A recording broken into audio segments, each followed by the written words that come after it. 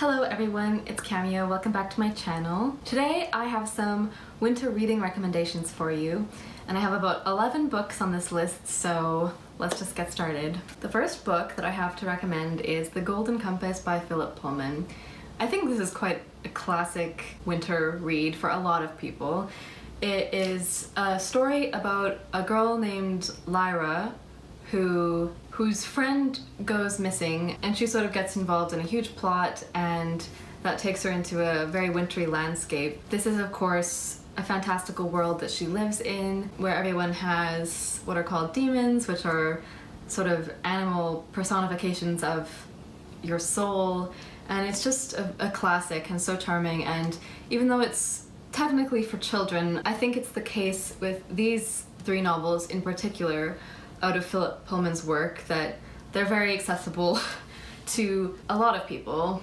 If you're an adult, you're going to enjoy this just as much as a child would, I would say. The first book in the series is incredibly wintry in its setting. There is a speaking polar bear in the book.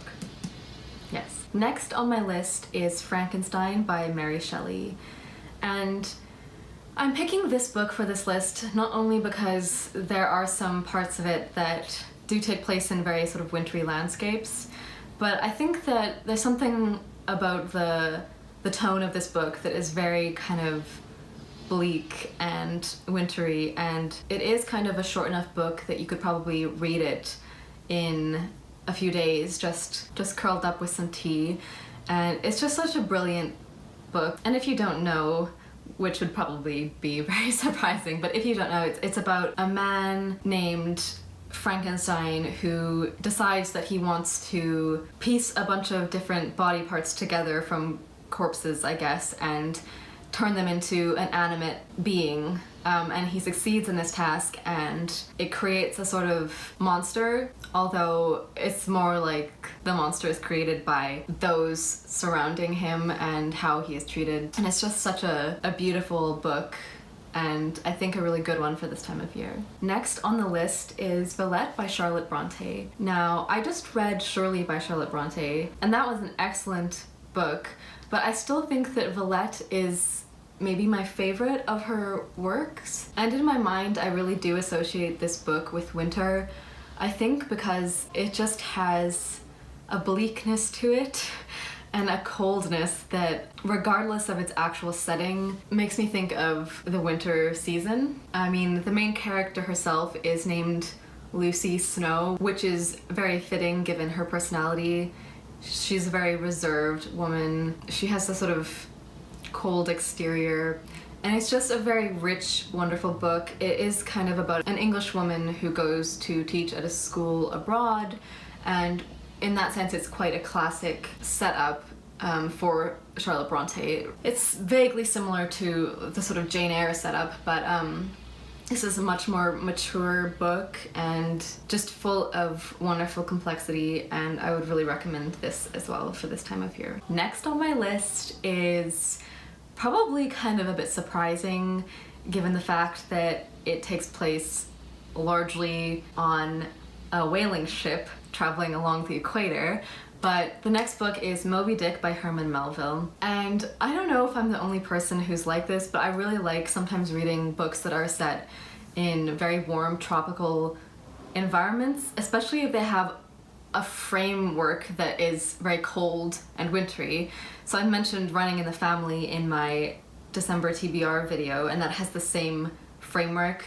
But I read Moby Dick for the first time my first winter in Scotland when I was doing my master's there, and it was just so cold, and I was curled up by this like weird old lamp that I got from an antique store. And the book starts with this narrator named Ishmael, and he's about to set off on a whaling ship which is captained by a man who is monomaniacally obsessed with finding the white whale which took his leg, which is named Moby Dick, of course. So the framework for this book is very cold, and you start off in a very cold, wintry place, and then you travel to these very warm equatorial waters. So there's kind of an armchair travel element to my recommending this book. It's one of my favorite books of all time, and I really do associate it with winter more than any other season. Next we have The 101 Dalmatians by Dodie Smith.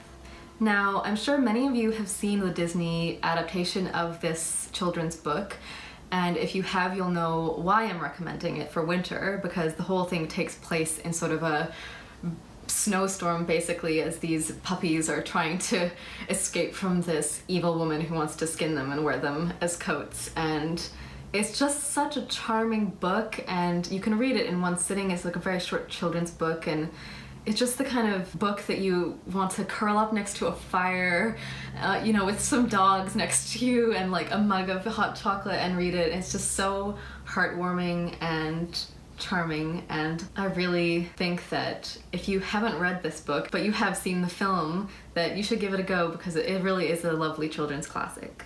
Next is Nights at the Circus by Angela Carter. Now, I think that this is one of the most wintry of Carter's books, even though a lot of her books have a very sort of closed, atmospheric feel that would be great to read at this time of year. A significant portion of this book does take place, I think that there's a part where, if I remember correctly, some women are traveling across Siberia, maybe? But I think that regardless of whether or not I'm remembering that correctly, it is a very good winter book.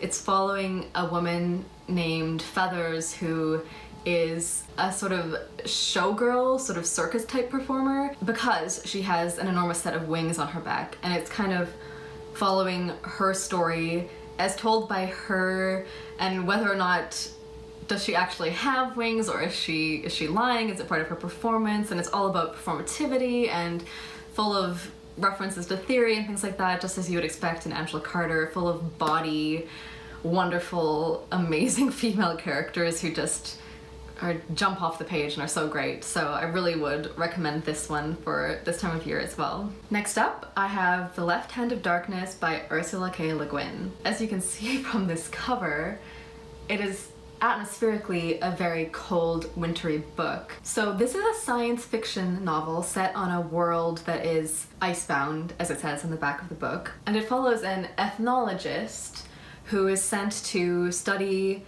this world where people don't have a fixed gender, so they at various points in their life switch between male and female, and so the world is kind of not genderless, but in comparison to the society that the ethnologist comes from, it is. And it's basically about him exploring this world and getting to know a few of the people quite intimately, and coming to a sort of more personal understanding of how this genderless society works. As in all of Le Guin's books, the writing is completely amazing. She really has a way of exploring these kind of theoretical, philosophical, societal topics without ever losing sight of the fact that she's still writing a novel and she's telling a story. So it's always very grounded within personal experience, which is kind of how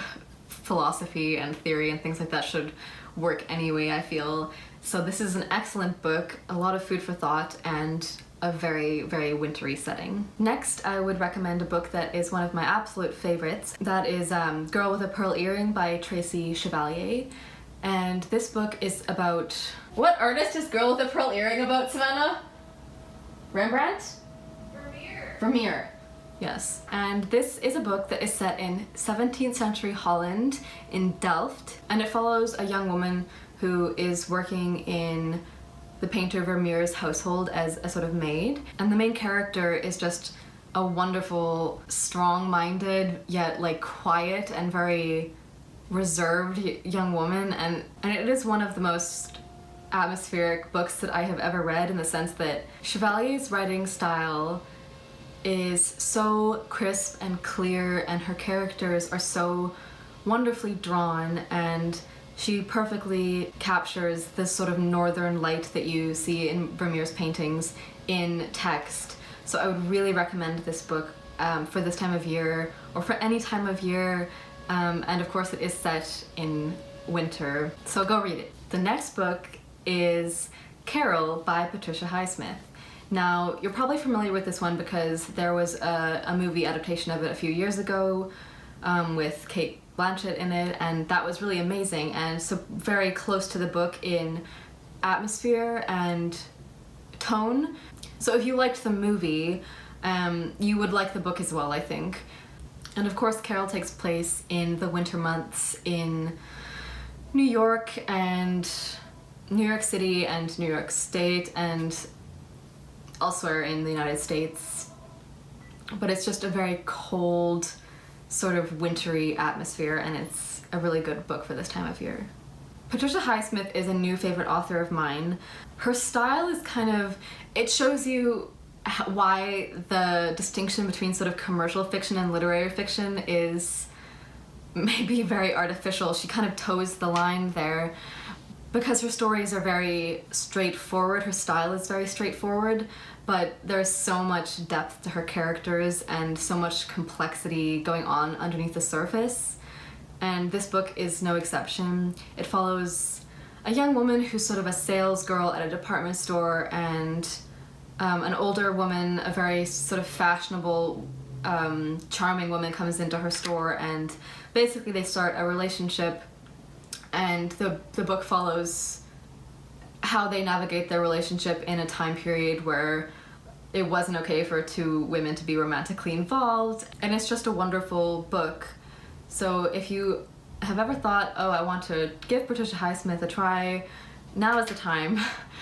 Pick up Carol, or I would also recommend Edith's Diary, which is a lovely standalone book, or her Ripley series is also really good. Second to last is The Heart of a Dog by Mikhail Bulgakov. So he wrote The Master and Margarita, which I haven't read yet. This is the first book that I've read by him, and it is a very strange but wonderful little book. It's very tiny, and it follows a stray dog starving on the streets in the middle of winter, and this scientist comes along. And this book is kind of science fiction, I would say, because it's about this scientist who is sort of performing these weird experiments on people to rejuvenate them. And so what he does is that he takes this dog in off the street, implants various glands and the testicles from this dog into a human man, and we get to sort of follow the results of this experiment as the man turns into this sort of half man, half dog, and sort of morphs into this uncontrollable human being, and how is he going to fit into society. So in that way, it's a very similar story to Frankenstein, which I've also recommended, but it's very fascinating, very political, and very wintry too, so it's perfect for this time of year. And lastly, I would recommend My Year of Rest and Relaxation. Now, I read this book a few months ago, and I really, really loved it. It was such a strange sort of book, and the main character is so unlikable, and yet I think that she's also strangely relatable. So it's about this young woman who is very alone in the world, but also incredibly privileged. She has a lot of money that she's inherited from her parents, who are both dead, yet she is very unhappy, and her goal is basically to just sleep and sleep and sleep for an entire year. And she finds this very incompetent psychiatrist who prescribes her a whole bunch of medication. So we kind of follow her in her quest to do this. It's a book about oppressed emotion and denial, and how we're kind of encouraged in our society anyway to repress bad feelings and hope that they go away rather than dealing with them directly. It's kind of almost a book about hibernation, and that's probably why I think that it's so perfect for winter. Although I think that the main character, has this big fur coat that she wakes up one day to find that she has obtained somehow, and she's not really sure how she got it. So I think that image in my mind is also contributing to my categorizing this as a winter read. But I really loved this book. I think it was actually one of my favorites from this year, and I'm not sure that it would appeal to everyone. I can see how if you're somebody who likes to like and relate to the characters that you're reading, this might not be for you.